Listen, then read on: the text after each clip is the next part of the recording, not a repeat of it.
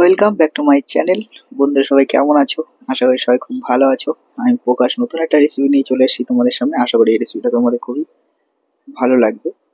তো অনেক দিন আগে আমাকে একটা দিদি রিকোয়েস্ট করেছিল যে রেস্টুরেন্ট স্টাইল কি করে ফ্রেঞ্চ ফ্রাই বানাতে হয়। তো আজকে সেটাই তোমাকে দেখাবো। খুবই সোজা যে রেস্টুরেন্ট স্টাইলে বানাতে হয়, যে এর জন্য খুবই সুন্দর আর খুবই সোজা একটা রেসিপি। ফ্রেঞ্চ ফ্রাই বানানো কোনো ব্যাপারই না, একদম সোজা একটা রেসিপি। এর জন্য আমি নিয়ে নেবো 3-4টে আলু। এই আলুগুলোকে আমি স্লাইস করে একদম লম্বা লম্বা করে কেটে নেব।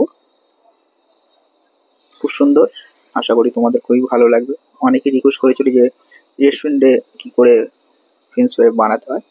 তো আজকেই আমি তোমাদেরকে সেটাই দেখাবো যে কি করে ফ্রেঞ্চ ফ্রাই বানাতে হয়। আলুগুলো আমার স্লাইস করে কাটা হয়ে গেছে, একদম লম্বা লম্বা করে কেটে নিয়েছি। এবার এগুলোকে আমি একটা প্যান নিয়ে নেব। সেই প্যানে একটু জল দিয়ে, এই তোমরা দেখতেই পাচ্ছ আলুগুলো কেমন কাটা হয়ে গেছে। আমি এইভাবেই লম্বা লম্বা করে আলুগুলো কেটে নিয়েছি। তোমরা চাইলে একটু ছোট বা একটু বড় করে কেটে নিতে পারো। আলুগুলো কাটা হয়ে গেছে। এবার আমি একটা প্যান নিয়ে নেব। প্যানের মধ্যে নিয়ে নেব কিছুটা জল।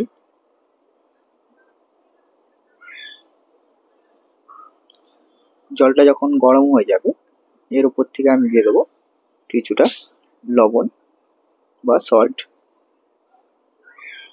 এবার আলুগুলোকে আমি এর মধ্যে দিয়ে দেবো। এগুলোকে আমি 3 থেকে 4 মিনিট ভালো করে ব্লাঞ্চ করে নেব। ব্লাঞ্চ করা হয়ে গেলে এগুলোকে আমি একটা জালিতে বা ছাঁকনিতে ছেনে নেব।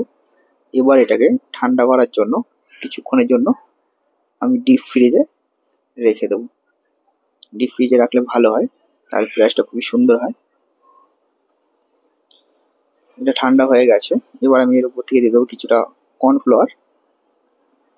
কর্নফ্লাওয়ার দিলে ফ্রেশটা একটু হালকা ক্রিস্পি হবে আর ভেঙেও যাবে না, এর জন্য আমি একটু কর্নফ্লাওয়ার দিয়েছি।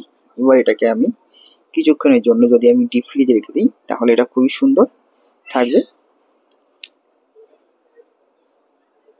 তোমরা অবশ্যই একবার হলে বাড়িতে এই রেসিপিটা ট্রাই করতে পারো। আশা করি তোমাদের এই রেসিপিটা ভালো লাগবে। তো রেসিপিটা কিরকম লাগলো অবশ্যই আমাকে কমেন্ট করে সবাই জানাবে। যারা আমার চ্যানেল নতুন আছে অবশ্যই চ্যানেলটাকে সাবস্ক্রাইব করে আমার পাশে থাকবে। চলো এবার আমি এগুলোকে গরম তেলের মধ্যে ফ্রাই করে নেব। তো আমি আজকে বানাবো পেরি পেরি ফ্রেঞ্চ ফ্রাই আর সল্টেড ফ্রেঞ্চ ফ্রাই, দুটোই একসাথে বানাবো। তো আশা করি রেসিপিটা খুবই ভালো লাগবে তোমাদের। এটা হয়ে গেল আমার সল্টেড ফ্রেঞ্চ ফ্রাইস। আর একটা যেটা বানাবো সেটা হচ্ছে পেরি পেরি ফ্রেঞ্চ ফ্রাইস। এটা আমার রেডি হয়ে গেছে। এটা হলো সল্টেড ফ্রেঞ্চ ফ্রাইস। দেখতে পাচ্ছ 2 থেকে 3টে আলু দিয়ে কত ফ্রেঞ্চ ফ্রাই তৈরি হয়ে গেছে। এবার আমি যেটা বানাবো সেটা হলো পেরি পেরি ফ্রেঞ্চ ফ্রাইস। আমরা সবসময় এই পেরি পেরি মশলাটা ইউজ করি। তোমরা চাইলে যে কোনো জায়গা থেকে পেয়ে যাবে এই মশলাটা। এবার আমি এর উপরে দিয়ে দেবো কিছুটা পেরি পেরি মশলা। খুবই সুন্দর একটা রেসিপি, আশা করি তোমাদের সবারই খুব ভালো লাগবে। তো রেসিপিটা কিরকম লাগলো অবশ্যই আমাকে কমেন্ট করে জানাবে। যারা আমার চ্যানেলে নতুন আছো চ্যানেলটাকে সাবস্ক্রাইব করে আমার পাশে থাকবে। সবাইকে অনেক অনেক ভালোবাসা।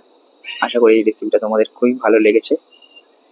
তো কেমন লাগলো অবশ্যই আমাকে কমেন্ট করে জানাবে। তো সবাই ভালো থেকো, সুস্থ থেকো। নেক্সট কোনো ভিডিও নিয়ে আবার তোমাদের সাথে দেখা হবে নেক্সট কোনো দিন। থ্যাংক ইউ সো মাচ সবাইকে।